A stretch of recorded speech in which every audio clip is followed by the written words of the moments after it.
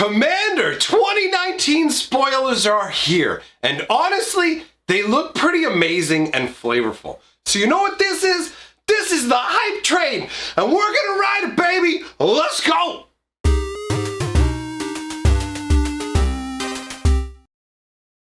Greetings, owners of fine luxury cardboard rectangles. Welcome, my friends. Thank you for joining me for this delectable foray into this year's Commander 2019 offerings. We have a number of cards to look at. We're going to take a look at some awesome Commander options, some cards that are associated with those Commanders, a little bit of reprint action, and at the very end, a little bit of teaser of what is yet to come. And as a side note, if you did not know, there will be a Planeswalker reprinted as well in each one of these Commander decks. Now, let's dive into the newness. We're going to start out with Gered, Conclave Exile.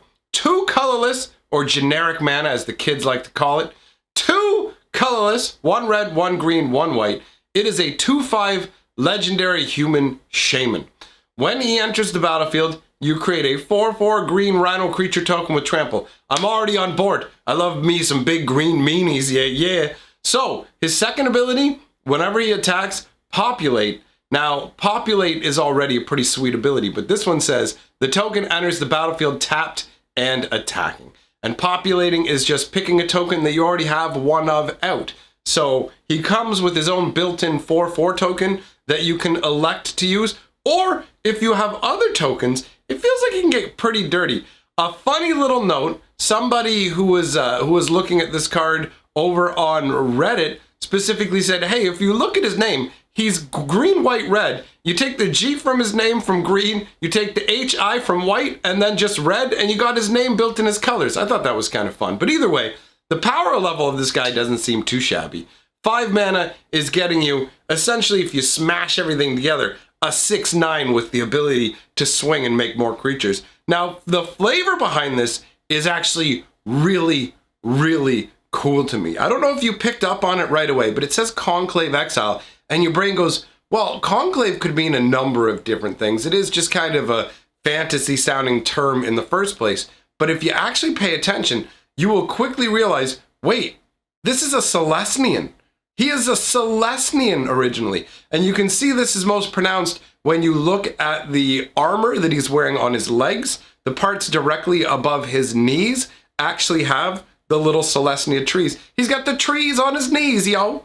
So that shows, hey, wait a minute. He's got different aspects on him where you can go, oh, this guy's actually from Celestia. Celestia's green-white. He's got a red aspect to him, which makes you think of red is like chaos, passion, and rage. What has he done? What has he done to get himself exiled? Look at this. You can see the green energy coruscating around him as he hefts up a big, massive axe, and all the green energy is also flowing around the rhino and lighting up its eyes. Is that him controlling the rhino? Is the rhino his friend and he's just making another copy of it? Is that why he was left? Is that why he was forced to leave the Celestians? Is it because he was like forcing his will on creatures? Is it because he's just too violent for the Celestians? I don't know. There are a number of options, and actually, now that I think about it, looking at the art, I never really noticed this before, but the green energy is arcing off to the side, and it does look like a second rhino is being created. So in this situation, one at least of the 2 rhinos here is the original, and the other is the copy that he is creating. So this is the moment of him just getting ready to launch his attack. And what we're going to do is we're going to look at each of these commanders, and we're going to look at a card that's keyed to go with the commander. So Gered has Gered's Belligerence. And I mean, that kind of speaks to why he might have been booted out of Celestia, because he is indeed belligerent. 2 red and X, it's a sorcery. It deals X damage divided as you choose among any number of target creatures. Whenever a creature dealt damage this way dies this turn, populate. Create a token that's a copy of a creature token you control. So that's pretty insane. The flavor text says harmony is no longer an option. When you talk like that, obviously you can see why this guy was given the boot from Celestia. It's like, I'm sorry, but we're all about harmony. You need to stop. I really like the artwork where it shows a boar smashing through a brick wall with all this magic arcing around him. It feels like he has abandoned the Conclave in favor of becoming Groll, and that would explain also why when we looked at the legendary creature, he had the red mixed into his casting cost. But this is crazy. If you use this to do damage properly in terms of a little bit here after a combat swing, or they have a bunch of tokens, you're looking at a lot of tokens on your side. So I am a big fan of this. I think it's a fantastic card. The fact that you can just divide it any way you want. Now, it is a burn spell that you can't hit players with, so there is that. The second commander we have to look at here is Savine the Chronoclasm. It's 1 white, 1 red, 1 blue, 2 colorless for a 2/2 legendary creature. You prevent all damage that would be dealt to him. All damage that would be dealt to him. He just can't take damage. Whenever you cast your first instant or sorcery spell from your graveyard, each turn, copy that spell. You may choose new targets for the copy. And it says, the best moments are worth reliving. I love time mages. The concept of controlling time is incredible to me. Calling himself the Chronoclasm, or whether he calls himself that, his name being the Chronoclasm is amazing. It makes you think of something like a Pyroclasm, but instead with time. And you can see something behind him. You don't know if it's blowing up or if he's reversing time to restore something that was destroyed.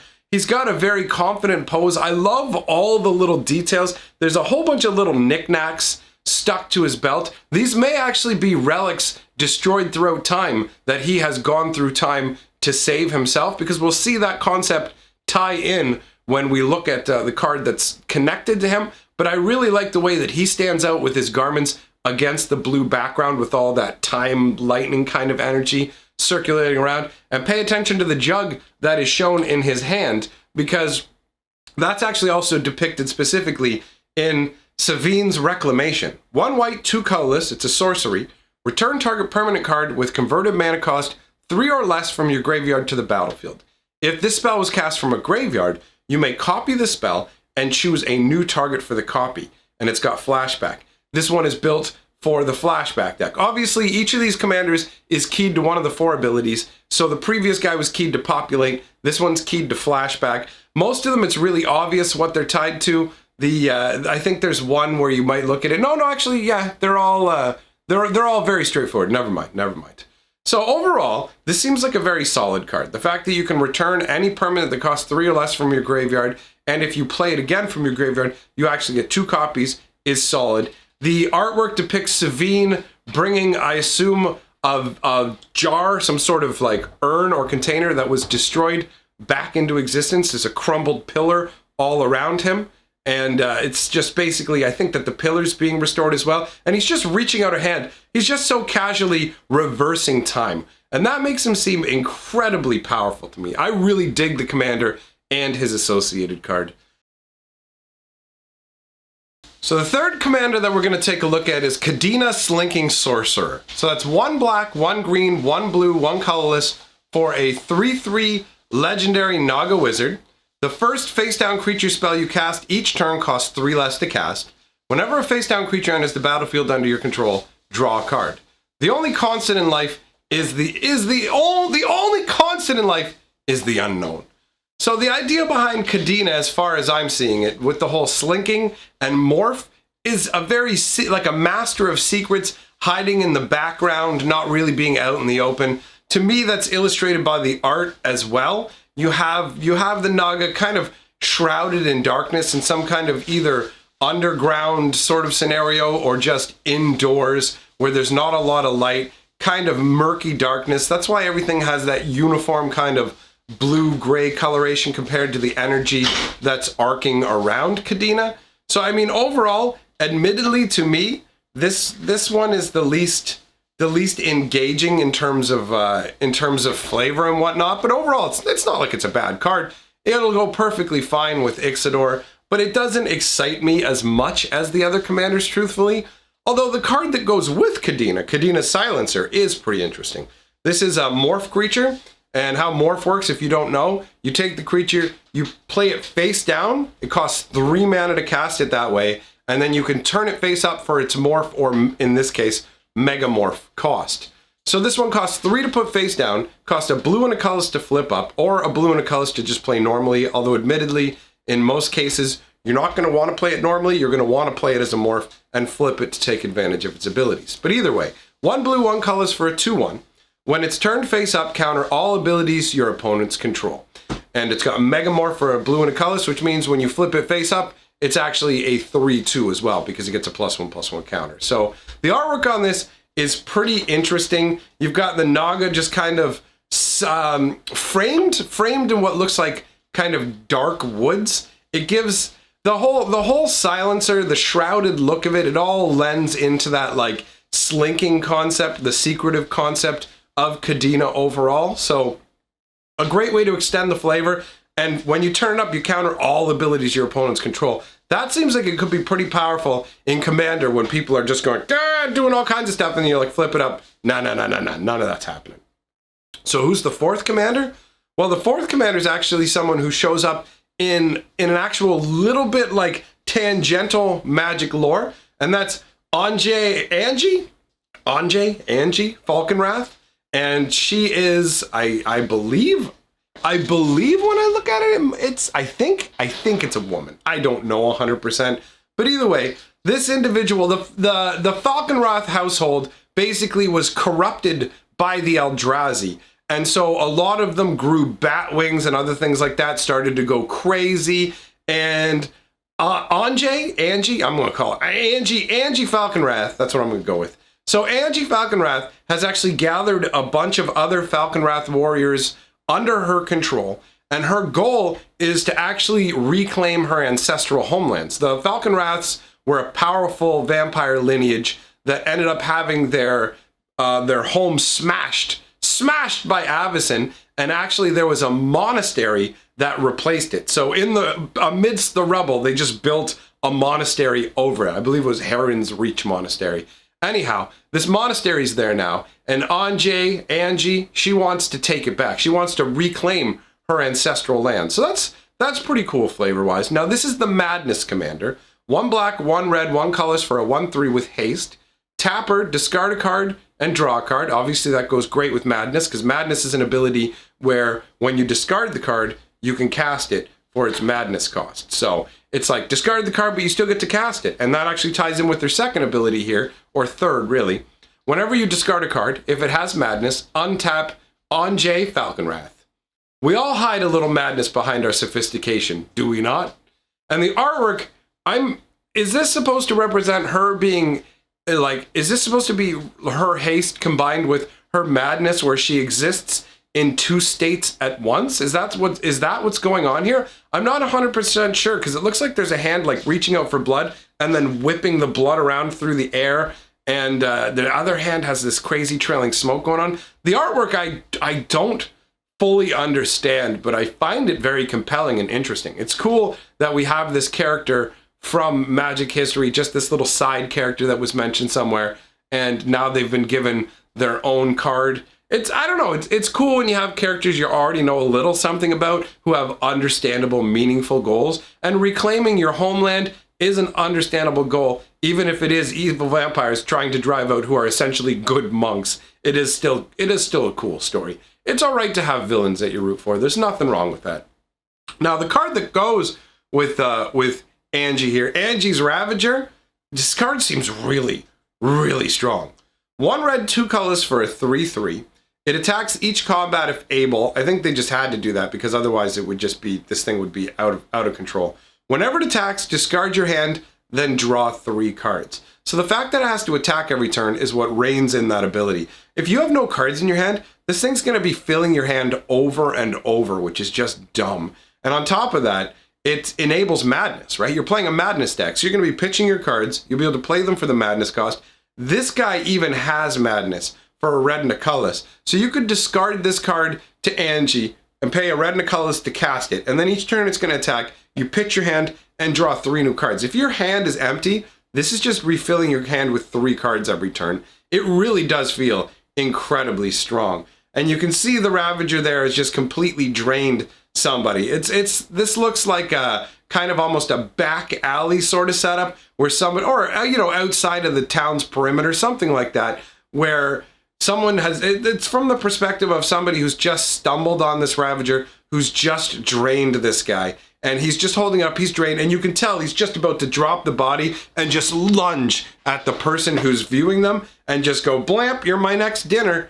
That's the flavor on the card is fantastic. That would be a terrifying moment. You would stumble on this and then realize that you're just owned. It's all over for you.